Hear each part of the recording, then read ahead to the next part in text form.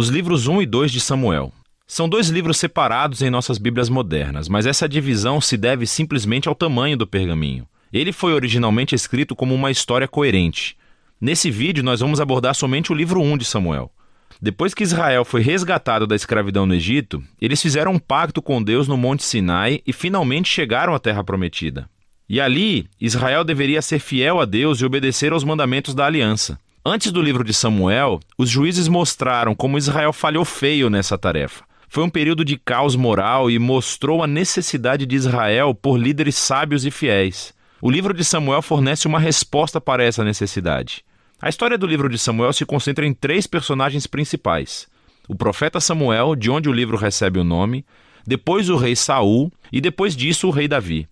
E todos os 3 fizeram a transição de Israel de um grupo de tribos governado por juízes para um reino unificado governado pelo rei Davi em Jerusalém. E o livro de Samuel tem um design fascinante que tece a história desses 3 personagens juntos em 4 partes principais. Samuel, o líder principal e profeta, na primeira seção do livro, também desempenha um papel fundamental na próxima seção, que é a história de Saul. E é narrado em 2 movimentos, a ascensão de Saul ao poder e depois os seus fracassos. A segunda parte é sobre a sua queda e a sua morte trágica. E o drama da morte de Saul é correspondido pela ascensão sensacional de Davi ao poder. E a história de Davi é contada em 2 movimentos. Primeiro, ele conta o seu sucesso, seguido por seu próprio trágico fracasso na lenta autodestruição da sua família e depois do seu reino. O livro conclui com um epílogo que reflete sobre toda a história.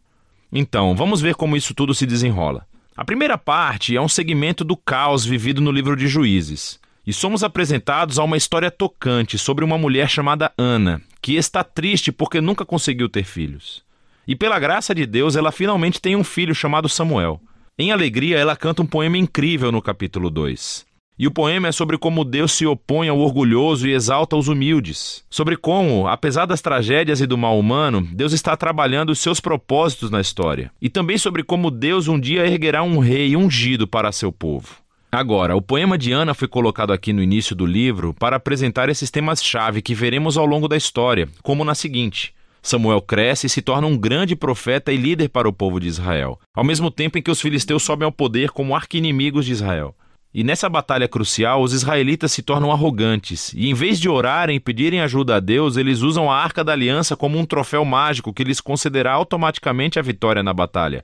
E assim, por causa de sua presunção arrogante, Deus permite que Israel perca a batalha e a arca é roubada. Então os filisteus pegam a arca e a colocam no templo do seu deus, Dagom. E então o Deus de Israel derrota os filisteus e o deus Dagom sem um exército, enviando pragas sobre o povo. Os filisteus não querem mais a arca e obviamente a enviam de volta para Israel. E a moral dessa pequena história parece ser isso: Deus não é o troféu de Israel, e ele se opõe ao orgulho entre os filisteus, mas também entre o seu próprio povo. Assim, Israel precisa permanecer humilde e obediente se quiser experimentar a bênção da aliança de Deus, o que inicia a próxima grande sessão. Os israelitas vêm a Samuel e dizem: Ei, queremos um rei como todos os outros povos. Vai encontrar um para nós. E Samuel, que está irritado, vai consultar Deus. E Deus diz: sim, todos os seus motivos estão errados, mas se é um rei que eles querem, então dê-lhes um. E assim somos apresentados a Saul. Saul é uma figura trágica porque ele começa cheio de promessas. Ele é alto, ele é bonito, ele é um candidato perfeito para um rei. Mas ele tem falhas profundas de caráter.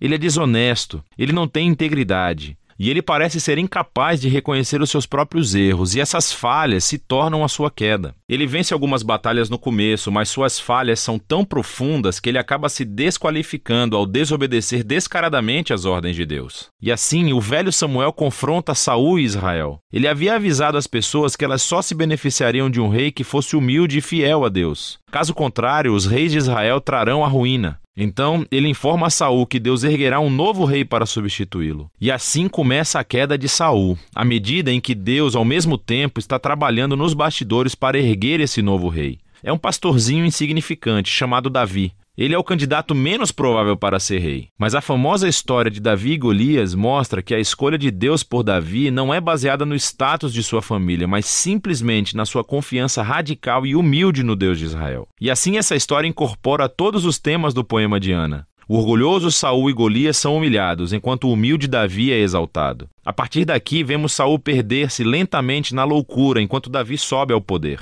Então Davi começa a trabalhar para Saul como general. E ele ganha todas as batalhas e também ganha toda a fama. Assim, Saul fica com inveja e começa a perseguir Davi, caçando-o e tentando matá-lo. Davi não fez nada de errado, portanto ele simplesmente foge e espera no deserto. E aqui vemos o verdadeiro caráter de Davi. Ele tem múltiplas oportunidades para matar Saul, mas não o mata. Ele simplesmente confia que, apesar do mal de Saul, Deus erguerá um rei para o seu povo. O que é interessante também é que muitos dos poemas de Davi que você encontra no livro dos Salmos estão ligados a esse período da sua vida, e todos expressam a mesma atitude de confiança.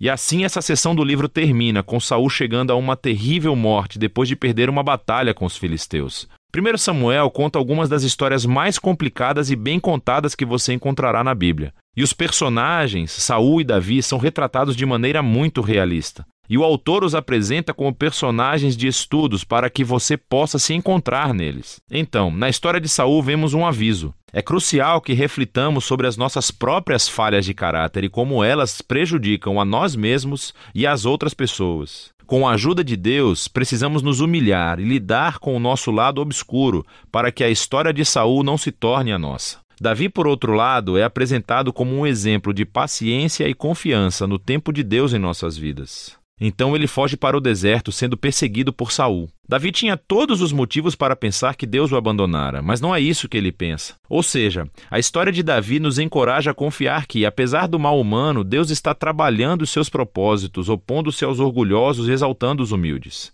E é disso que se trata 1 Samuel.